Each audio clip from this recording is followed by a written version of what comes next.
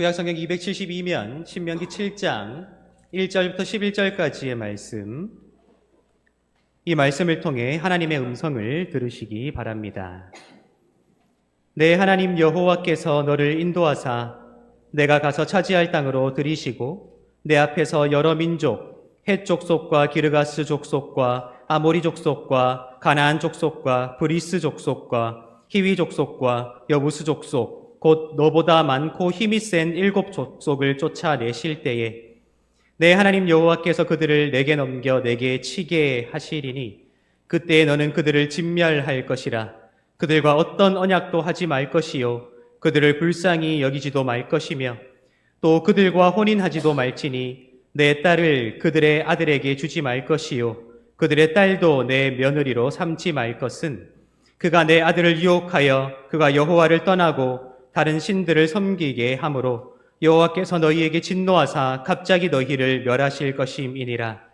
오직 너희가 그들에게 행할 것은 이러하니 그들의 제단을 헐며 주상을 깨뜨리며 아세라 목상을 찍으며 조각한 우상들을 불사를 것이니라.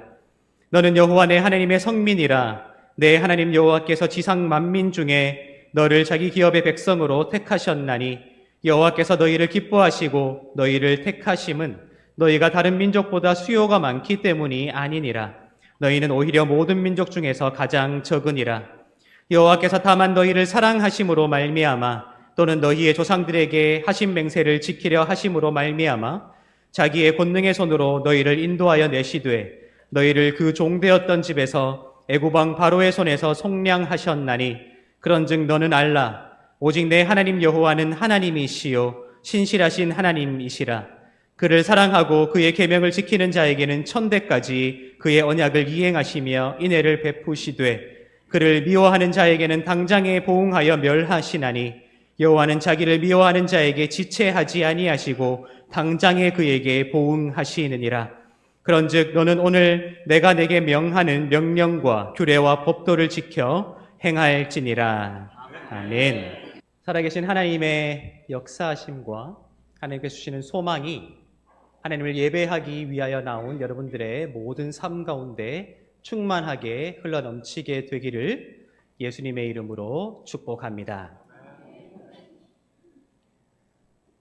우리가 하나님의 말씀이라 고백하고 있는 이 성경에는 굉장히 신기한 이야기들이 많이 기록되어 있지요.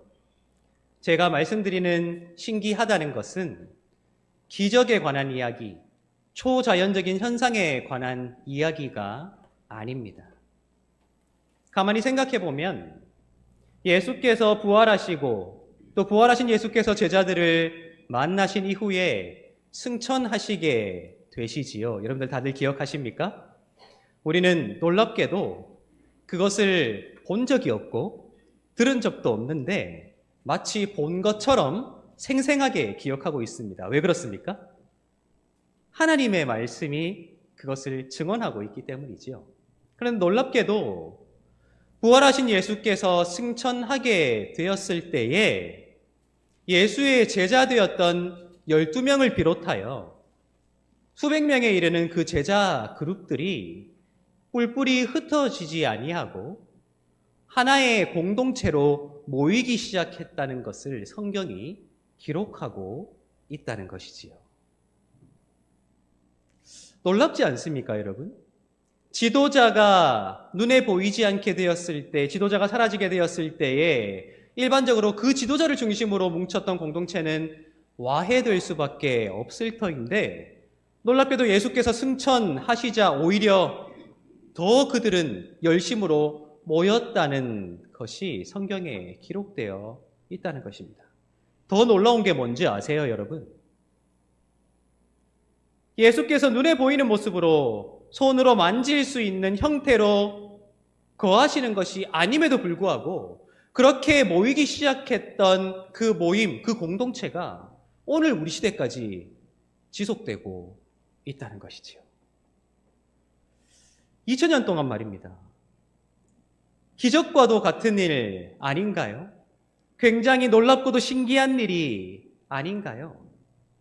그런데 우리가 그 기적과도 같은 일, 그 놀랍고 신기한 일을 생각할 때 한 가지 의구심을 가질 수밖에 없는 것이지요. 2000년 전 그들은 왜 모였는가 하는 것입니다. 2000년 전 그들에게까지 이르기에는 너무 간격이 큰가요? 그렇다면 여러분들에게 질문 한번 드리고 싶습니다. 여러분들은 이 자리에 왜 모이셨습니까?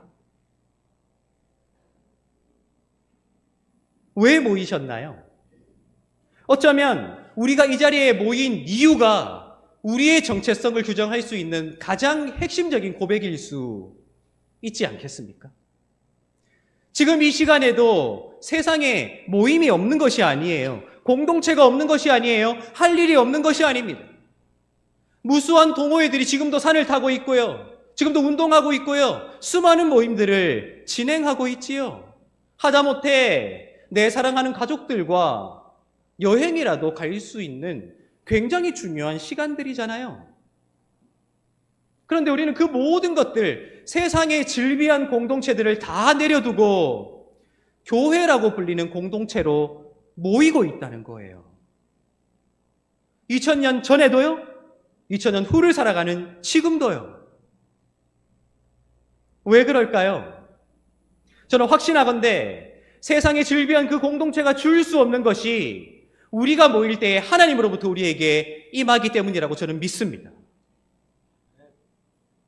세상이 우리를 여러 가지 용어들과 기준들로 규정하려고 하고 있지만 세상이 다 담아낼 수 없는 우리의 정체성을 하나님 앞에 설 때에 그때 비로소 규정될 수 있기 때문이라고 믿습니다. 세상은 우리를 넘어뜨리려고 하고 쓰러뜨리려고 하고 우리를 유혹하고 있지만 우리를 온전히 잘 아시는 그 하나님 앞에 설 때에 그때 비로소 우리에게 드러나게 되는 우리의 가치, 우리의 정체성, 우리의 본 모습이 비로소 그때 드러나기에 예수께서 승천한 이후에 제자들이 모이기 시작했으며 그들에게 성령께서 임하기 시작했으며 그 성령의 역사가 지금도 우리에게 임하기에 우리가 세상에 있지 아니하고 다른 곳에 있지 아니하고 오늘 이 자리에 모여있는 것이 아닐까라는 생각을 해보게 된다는 것입니다. 여러분 기억하십시오. 우리가 모인 이 시간은 세상에서 보내는 그 어떤 시간보다 가장 귀한 시간이 되어야 될 줄로 믿습니다. 오늘 그 가장 귀한 시간을 주님 앞에서 보내므로 하나님께서 우리를 바라보시는 그 사랑의 눈빛을 경험하시며 하나님께서 우리를 규정해 주시는 그 아름다운 모습으로 성장하게 되시기를 예수님의 이름으로 축복합니다. 그렇다면 세상이 규정하지 못할, 세상이 판단하지 못할 우리의 모습이 비로소 예수 믿는 우리의 믿음으로 모이게 됐을 때, 그렇게 하나님 앞에 서게 되었을 때 규정될 수 있다면 그것이 세상과는 다른 우리 교회의 정체성을 규정하는 것이 될 수 있다면 우리는 구체적으로 어떻게 세상과 달라야 될까요? 한 걸음 더 나아가 우리가 세상과는 다른 정체성을 가지고 살아가기 위해서 우리와 세상을 판단하고 분별할 수 있는 기준이 있다면 그것이 무엇이라 생각하시는지요?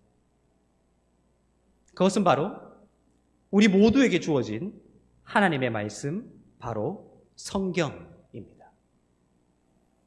하나님의 말씀에 근거하여 나를 규정하는 것, 하나님의 말씀에 근거하여 교회를 규정하는 것은 곧 세상 속에서 살아갈 수밖에 없는 세상 속에 있는 교회를 규정하는 것이며 세상을 규정하는 것이 될 수 있기에 하나님의 말씀이 우리에게 주어져 있으며 그것으로 우리가 우리의 정체성을 찾아갈 수 있다는 것은 하나님께서 우리에게 주신 가장 놀라운 선물이 아닐까라는 생각을 해보게 된다는 것입니다. 그런데 때로 저는 두려워요. 우리 모든 사람들에게 하나님께서 허락하신 이 가장 아름다운 선물이 우리 손에 들려 있는데 저는 가끔 두려워요. 왠지 아세요? 이 하나님의 말씀이 유일한 기준이 되어 나를 규정하고 교회를 규정하고 세상을 규정할 수 있는 가장 근본적인 기준이 되어야 할 텐데 언제부터인가 그리스도인들이 자신의 정체성을 규정하지 못하고 교회의 정체성을 규정하지 못하고 따라서 나아가 세상을 규정하지 못하고 있는 것은 아닐까 하는 생각이 들기 때문이에요. 왜요? 하나님이 이 귀한 선물을 우리 손에 들려주셨는데 우리가 읽지 않고 있기 때문에, 듣고 있지 않기 때문에, 우리가 묵상하고 읊조리지 않고 있기 때문에. 그런데 더 두려운 것이 있어요. 하나님의 말씀을 열심히 읽고 열심히 듣고 열심히 묵상하며 읊조리는데 그렇게 하고 있는 그리스도인들의 모습이 어그러져 있음을 발견할 때 저는 더 두렵더라고요. 여러분, 이런 질문을 여러분들 스스로에게 던져보신 기억이 있으십니까?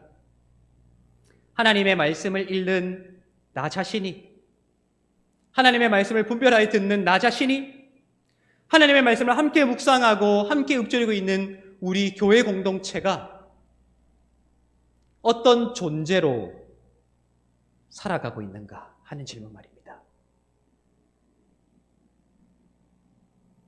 오늘 우리가 함께 읽은 신명기 7장의 말씀에는 가나안 땅 진입을 목전에 두고 있는 출애굽 2세대 이스라엘 백성들에게 하나님께서 모세를 통하여 그 땅에 들어가게 되었을 때 마주하게 될 민족들을 어떻게 대우해야 하는가 하는 문제를 기록하고 있습니다. 많은 그리스도인들이 이 말씀을 통해 세상 속을 살아가는 우리와 세상을 어떻게 규정할 것인가 하는 기준으로 해석하려 했던 것이 사실일 것입니다. 그런데 의외로 이 말씀은 굉장히 단호하면서도 굉장히 무서운 내용으로 이루어져 있음이 우리에게 드러나게 되지요. 우리 1절을 다시 한번 읽어보도록 하겠습니다. 1절입니다. 내 하나님 여호와께서 너를 인도하사 내가 가서 차지할 땅으로 들이시고 내 앞에서 여러 민족, 헷 족속과 기르가스 족속과 아모리 족속과 가나안 족속과 브리스 족속과 히위 족속과 여부스 족속, 곧 너보다 많고 힘이 센 7 족속을 쫓아내실 때에 라고 되어 있습니다. 단지 하나님께서 그 땅을 주시겠다고만 약속하신 것이 아니죠. 그 땅에 발을 딛게 되는 순간 그들에게는 무척 중요한 임무가 주어져 있음이 민족들의 이름들에서 드러나게 된다는 것입니다. 최소한입니다. 최소한 그들이 대표적으로 만나게 될 7 족속의 목록이 명시되어 있는 것이죠. 자동으로 얻어질 수 있는 것이 아니라는 거예요. 그들이 노력하지 않고도 애쓰지 않고도 그들에게 주어지지 않는다는 것이죠. 어떻게 해야 한다는 것입니까? 하나님께서 그들을 몰아내시고 너희 손에 붙이셔서 그들을 쫓아내실 것이다. 즉 너희가 하나님의 손과 발이 되어 그들을 그 땅에서 몰아낸 후에 너희가 그 땅을 차지하게 될 것이라는 그들의 굉장히 중요한 사명을 오늘 이 말씀이 우리에게 보여주고 있다 하는 것입니다. 그런데 놀랍게도 하나님께서는 최소한 7 민족 말입니다. 그들을 대할 때에 굉장히 단호하게 대할 것을 명령하고 계시지요. 제가 2절과 3절을 다시 읽어드릴 테니까요. 잘 들어보시기 바랍니다. 2절과 3절입니다. 내 하나님 여호와께서 그들을 내게 넘겨 내게 치게 하시리니 그때에 너는 그들을 진멸할 것이라. 그들과 어떤 언약도 하지 말 것이요 그들을 불쌍히 여기지도 말 것이며 또 그들과 혼인하지도 말지니 내 딸을 그들의 아들에게 주지 말 것이요 그들의 딸도 내 며느리로 삼지 말 것은 이라고 되어 있습니다. 우선적으로 이스라엘 백성이 가나안 땅에 들어갔을 때 어떻게 해야 한다고 말하고 있습니까? 대표적으로 언급되고 있는 7 족속을 어떻게 하라고요? 진멸해야 한다. 하나님께서 구체적으로 전쟁 방법을 설명해 주시거든요. 가나안 땅에서 전쟁할 때는 모든 살아 숨쉬는 것을 남김없이 진멸하라.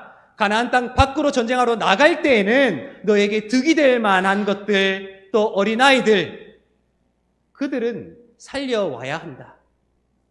결국 지금 그들에게 명시되고 있는 7 족속은 그들이 가나안 땅에 들어가 치러야 할 전쟁이므로 그들을 다 진멸하라 하고 명령하고 계시는 것이죠.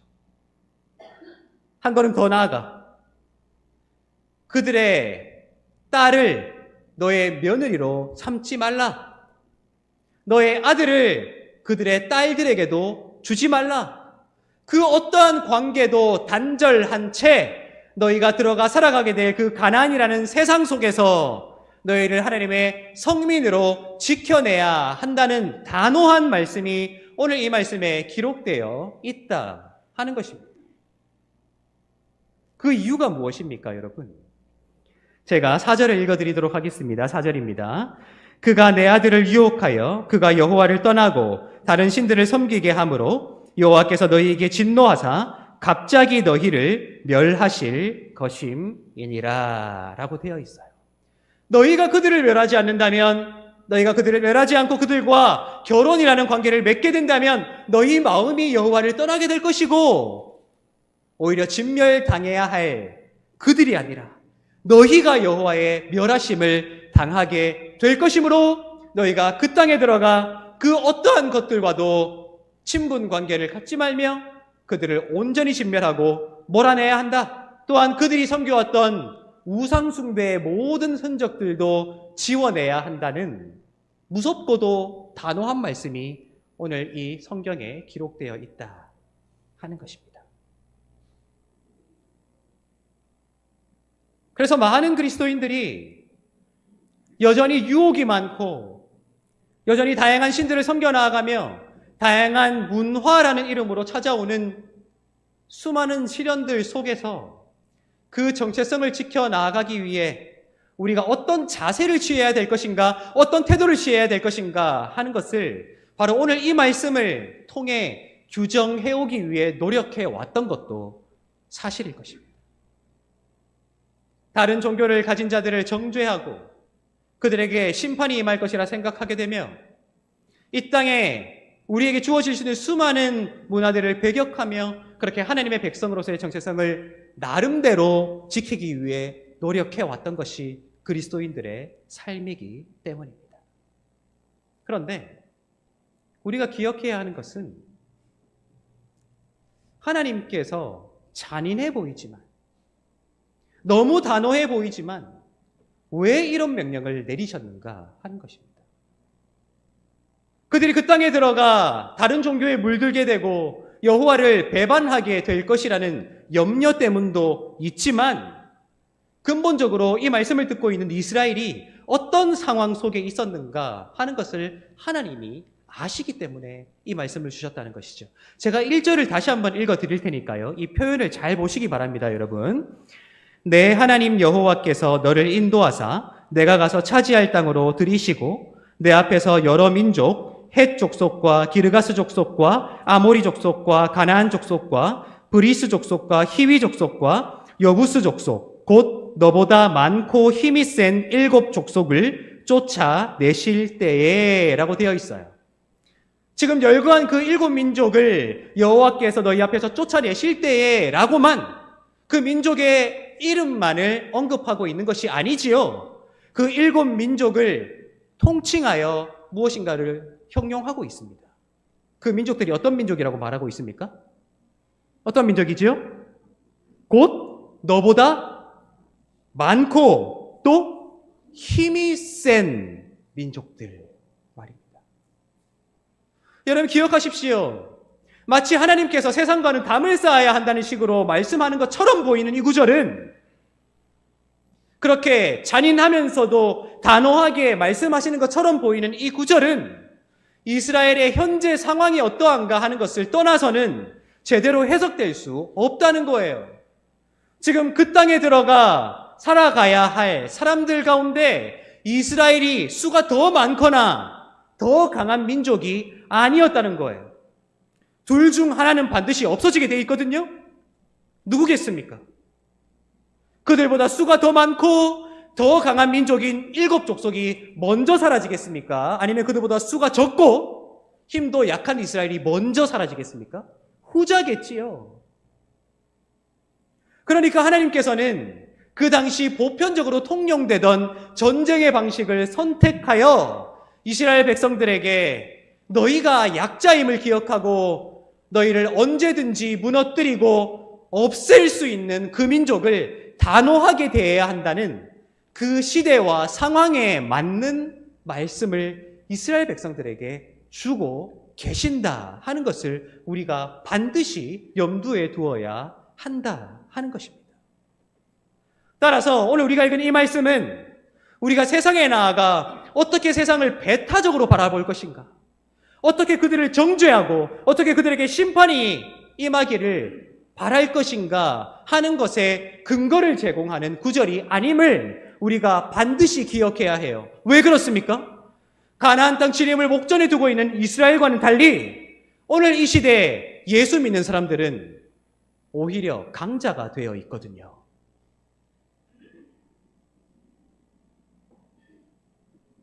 선거철만 되면 정치인들이 교회에 기웃기웃하고 있습니다. 왜 그렇습니까? 정치력으로도 교회를 어찌할 수 없다는 것을 알기 때문에 한 표 더 얻으려고 선거철만 되면 교회 앞에 기웃기웃거리지요. 무슨 말입니까? 교회는 이미 주류가 되었다는 거예요.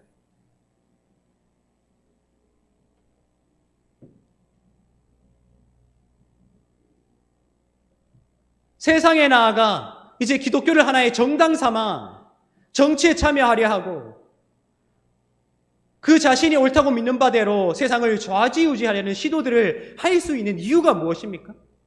우리도 모르는 사이 우리 기독교인들이 우리 기독교가 우리 교회가 세상 속에 주류가 되어버렸기 때문이죠. 이미 힘이 세어지고 주류가 되어버린 교회가 마치 오늘 이 말씀을 오늘 이 시대에도 문자적으로 적용할 수 있는 것인 양 휘두르기 시작할 때 이 말씀은 더 이상 우리에게 생명을 주시고 소망을 주시고 우리를 화평케 하시는 하나님의 말씀이 아니라 우리 손에 쥐어져 있는 칼자루가 될 뿐이라는 사실을 우리가 기억해야 한다는 것입니다.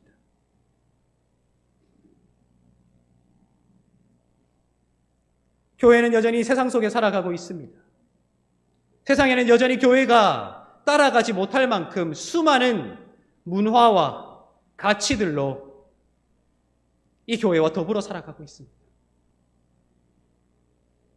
우리는 교회가 세상과는 어떻게 다른가 하는 것을 2000년의 역사 동안 고민해왔듯 지금도 고민하고 있습니다. 여러분들은 세상 속에 살아가는 교회가 세상과 다를 수 있다면 어떤 모습으로 달라야 한다 생각하시는지요?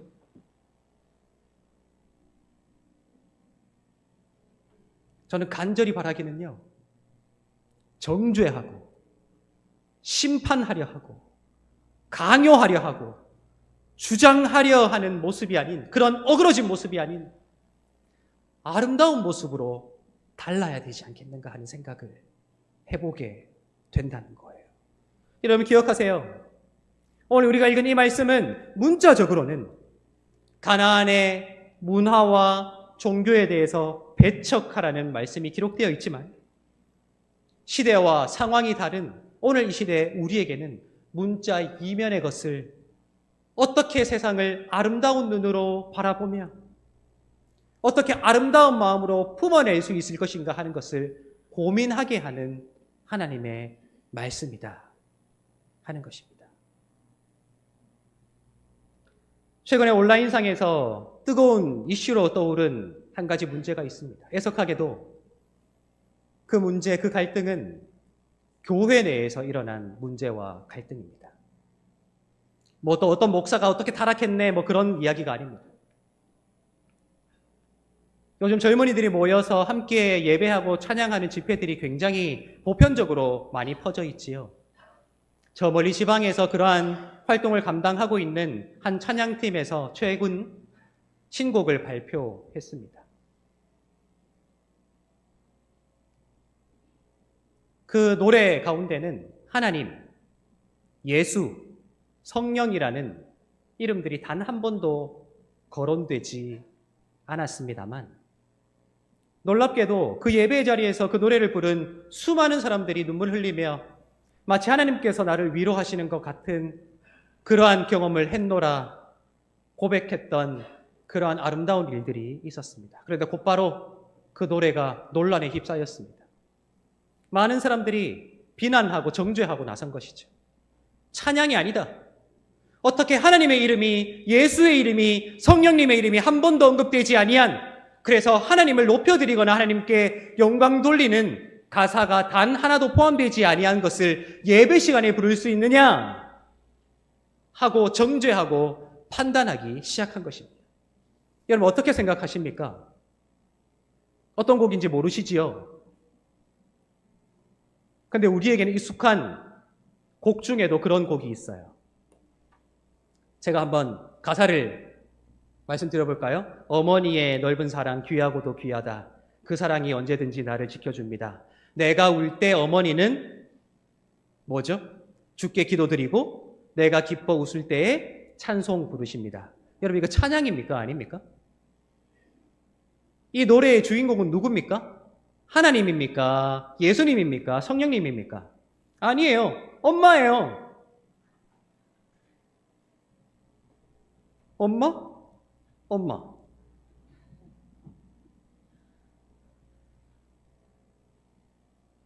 저는 묻고 싶었습니다. 쉬르 하쉬림, Song of Songs, 노래 중에 노래, 가장 아름다운 노래라고 불리는 아가서. 유대인들은 지금도 어린 아이들에게 그 책을 읽히지 않습니다. 왠지 아세요? 남녀 사이에 아주 진한 사랑의 고백들이 기록되어 있거든요. 그런데 우리는 그 노래를 하나님의 말씀으로 고백하고 있습니다.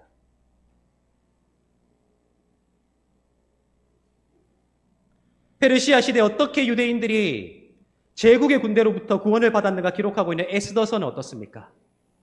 하나님, 여호와라는 이름이 단 한 번도 언급되지 않고 에스더와 모르드게를 중심으로 펼쳐지는 이야기죠. 놀랍게도 그 역시 하나님의 말씀으로 우리가 고백하고 있습니다. 숨어 계시는 하나님이라는 주제로 말입니다. 시편은 어떤가요? 여호와여 일어나소서. 주가 모든 원수들의 뺨을 치시고 악인들의 이를 꺾으셨네. 감히 거룩하신 하나님 앞에 원수 갚아달라는 그런 노래를 할 수 있습니까?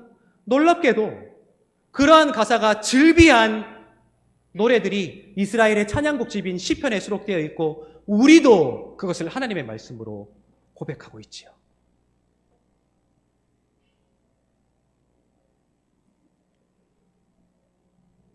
언제부터인가 우리 그리스도인들이 그 마음이 좁아지기 시작했는데요. 무서운 것은 좁아지기 시작한 그 마음의 기저에 우리 모두가 함께 읽고 있는 성경에 대한 해석이 자리 잡고 있다는 거예요. 세상에 나아가 하나님을 알지 못하는 자들에게 저주를 서슴지 아니하고 그들은 단지 더불어 살아갈 존재가 아니라 우리의 계도의 대상일 뿐이며 심판받아 마땅할 세상이라는 입에 담지 못할 저주들을 우리에게 생명을 허락하시고 우리를 살리시고 구원하신 그 하나님의 말씀을 근거로 그러한 폭력을 자행하고 있는 그리스도인들의 모습이 이제 우리에게는 당연한 듯 비춰지고 있다는 거예요. 무례한 기독교라는 말 들어보셨지요? 절에 들어가 땅 밟기 한다면서 거기서 찬송 부르고 기도하고 말입니다. 우상숭배라고 불상에 목을 따야 한다며 탱화에 오물을 묻히고 하나님의 말씀을 알지 못할 때보다 하나님의 말씀을 알고 있다 자부하는 우리의 모습이 더 어그러지고 더 폭력적이고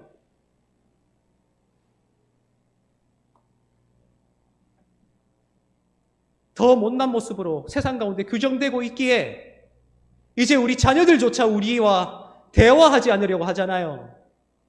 세상이 더 이상 말이 통하지 않는 사람들의 집단이라 우리를 일컬고 있잖아요. 여러분 기억하십시오.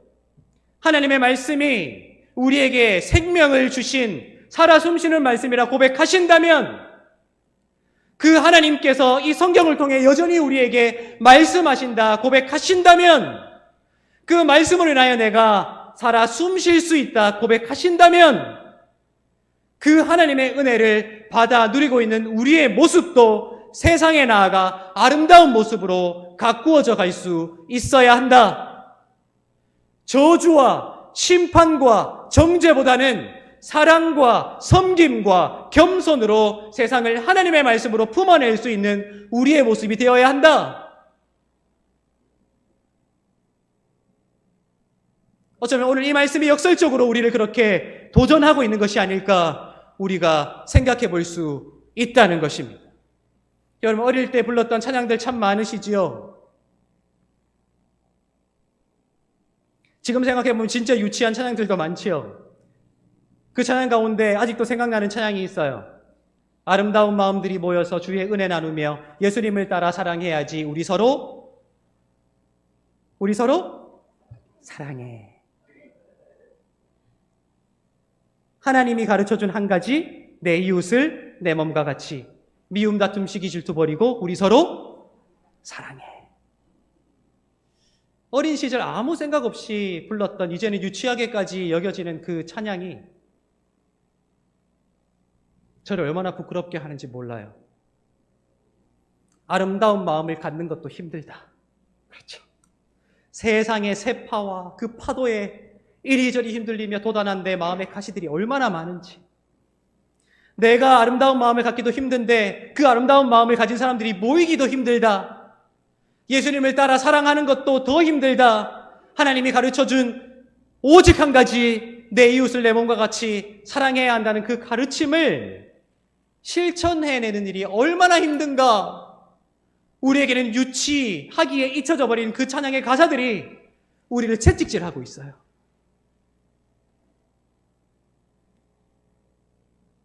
성경에 기록된 수많은 죄의 목록들을 열거하며 세상을 정죄하기 바빴지만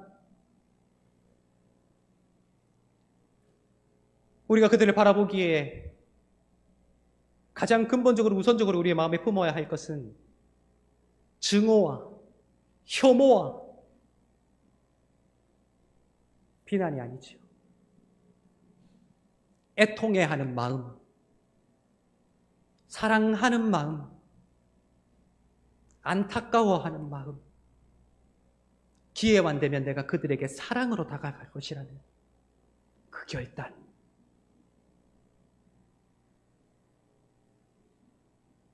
하나님은 우리에게 말씀을 허락하셨습니다.